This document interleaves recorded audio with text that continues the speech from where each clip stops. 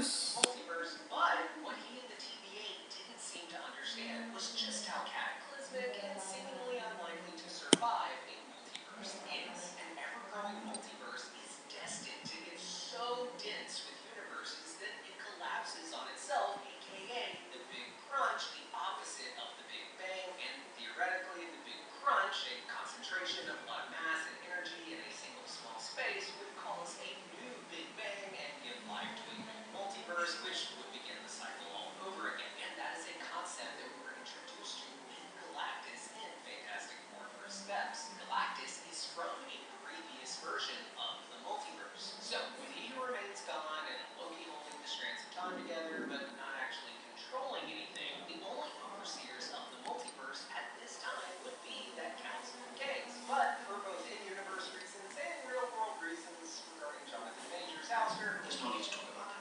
Doom will now single-handedly deal with this Council of Kings that would threaten his rule. You know that scene in The Rise of Skywalker? Somehow Palpatine returned. No, not that one. The one where Rey and Palpatine cause that big blast of lightning that kills Palpatine and his arena full of sympathizers. I think that that is what we can see, or maybe even just hear about having happened in the early moments of Doomsday when we're seeing Doom rip through his enemies across existence. I'd love to even learn that this particular Doom variant is a Doom that splinters from Universe 616, and who was one of the beings that He Who Remains feared the most, and part of the reason he policed the Saber timeline so harshly to make sure that this Dr. Doom guy never came into being. I theorized before that He Who Remains may have even written the storyline that resulted in Victor Von Doom becoming Tony Stark. That way he can never become the major threat that Doom would be. But now, with He Who Remains gone and Loki letting things just happen, that Doom can now come back into being, and the Council of Kings likely know how dangerous this Doom is going to be, and that he will come for them and the rest of the multiverse. And we doubt them.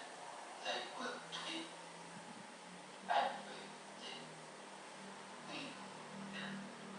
Okay, so we don't know much about the Council of Kings, and we likely never will. If Doom successfully takes out the only remaining overseers of the multiverse, incursions will follow. Incursions being the colliding of worlds that can be expected in a multiverse that is allowed to indefinitely expand. Now, in the post-credit scene for Doctor Strange in the Multiverse of Madness, we see Doctor Strange recruited by Clea.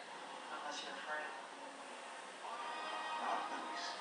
So I would expect that Strange would have at least a minor role in Doomsday, maybe saved toward the end, especially if he is off dealing with incursions. Incursions likely being at the forefront of Doomsday, and perhaps even what the Doomsday title is referring to beyond just Doctor Doom, but the actual end of the world, the Doomsday of the MCU. Now, in the Thunderbolts post-credit scene, we hear Yelena mention the space crisis. And now there's a huge space crisis and no one's telling us about it. We're running out of space already. It's possible. Just rolling Now, my assumption is that with all the universe hopping